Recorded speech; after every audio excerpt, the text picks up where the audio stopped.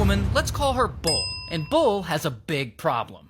She's dead. She's in the middle of getting heart surgery and she dies right there on the operating table. So she's lying there, dead, for about 3 minutes. And the doctors, they know what to do, so they electrocute her back to consciousness. And she's alive again. But she's not better. Because later, doctors diagnose her with a brain tumor, a really bad one. And they only give her 4 months to live. So Bull does chemotherapy, she does radiation, but unfortunately, nothing beats this cancer. So she starts to take a different route. Alternative medicines. And she starts getting better and her cancer starts to stabilize. And she ends up living way past the 4-month mark. Yeah!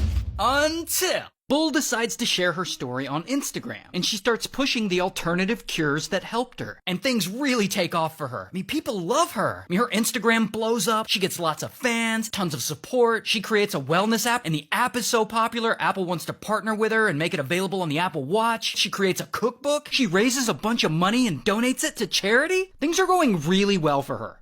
Until Bull gets more cancer. Not only does she have it in her brain, she has it in her blood, her spleen, her liver, all kinds of places. Oh, but it's not over for Bull. During her rise to fame, she's posting more, she's giving more interviews, and she starts to claim that all of her cancer and health issues started back when she got the HPV vaccine. Basically saying a cancer vaccine ended up giving her cancer. Huh? And this immediately makes a lot of people skeptical. And that skepticism grew, and it grew, and it grew, and then journalists started to investigate her. Then, all of a sudden, boom, Bull makes front page news. 5 charities she claimed she had donated to never got the money. 4 of those charities didn't even know she was supposed to be raising money for them. So then where did all that money go? So that news about the charities just opens the floodgates. And suddenly every journalist in Australia is digging into her past, trying to see if she lied about anything else. Like, did she really die for 3 minutes during heart surgery? Did she really have all kinds of cancer in a bunch of places? And did her alternative treatments really help that cancer? And then all of a sudden her social media, where she was once loved, was now filled with nothing but hate. And poor Bull, she doesn't know what to do. She's removing comments, she's deleting her own posts that reference the cancer. Then it comes out that she spent that missing charity money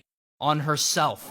Leasing a luxury car, vacations, clothes, new veneers, and people are pissed because they were lied to. Then Apple removes her app from the App Store and the book publisher withdraws her book from sale. And during all this chaos, Bull is like, okay, I can fix this, I just have to do an interview. So she sits down to do an interview with the Australian Women's Weekly. And it goes about as well as you would expect. I mean, pretty quickly the interviewer asks her if she has or has ever had cancer. And to everyone's surprise, Bull doesn't lie. She actually says, quote, "No, none of it is true."